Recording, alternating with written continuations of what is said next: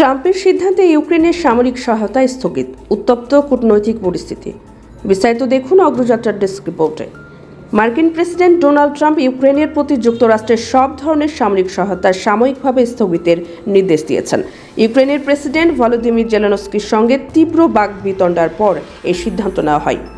সোমবার হোয়াইট হাউসের এক কর্মকর্তার বরাত দিয়ে ব্রিটিশ বার্তা সংস্থা রয়টার্স জানিয়েছে, ট্রাম্প প্রশাসনের এই পদক্ষেপ আগের সহায়তা কমানোর নীতির চেয়েও কঠোর। এর ফলে বাইডেন প্রশাসনের অনুমোদিত অস্ত্র সরবরাহ বন্ধ হতে পারে, যার মধ্যে গোলা বারুদ, ক্ষেপণাস্ত্র এবং অন্যান্য প্রতিরক্ষা ব্যবস্থা অন্তর্ভুক্ত রয়েছে। প্রতিরক্ষা মন্ত্রী পিট হেগসেথকে এই সিদ্ধান্ত কার্যকর করার নির্দেশ দেওয়া হয়েছে।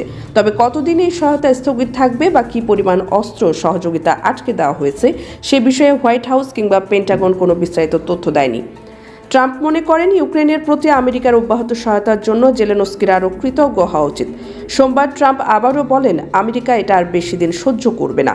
এর আগে অ্যাসোসিয়েটেড প্রেসকে দেওয়া এক সাক্ষাৎকারে জেলেনস্কি বলেছিলেন যে যুদ্ধের শেষ খুব দূরে। ট্রাম্প এই মন্তব্যকে ক্ষুব্ধভাবে প্রত্যাখ্যান করেন। ট্রাম্প তার সামাজিক যোগাযোগ মাধ্যম ট্রুথ সোশ্যালে লেখেন, এটি জেলেনস্কি দেওয়ার সবচেয়ে খারাপ মন্তব্য। শুক্রবার হোয়াইট হাউসে এক বৈঠকে জেলেনস্কির সঙ্গে তীব্র বাকবিতণ্ডার পর ট্রাম্প অভিযোগ করেন যে ইউক্রেন যুদ্ধ সহায়তা পাওয়ার পরও যথেষ্ট কৃতজ্ঞতা প্রকাশ করেনি। এরপরে তিনি সামরিক সহায়তা স্থগিতের সিদ্ধান্ত নেন।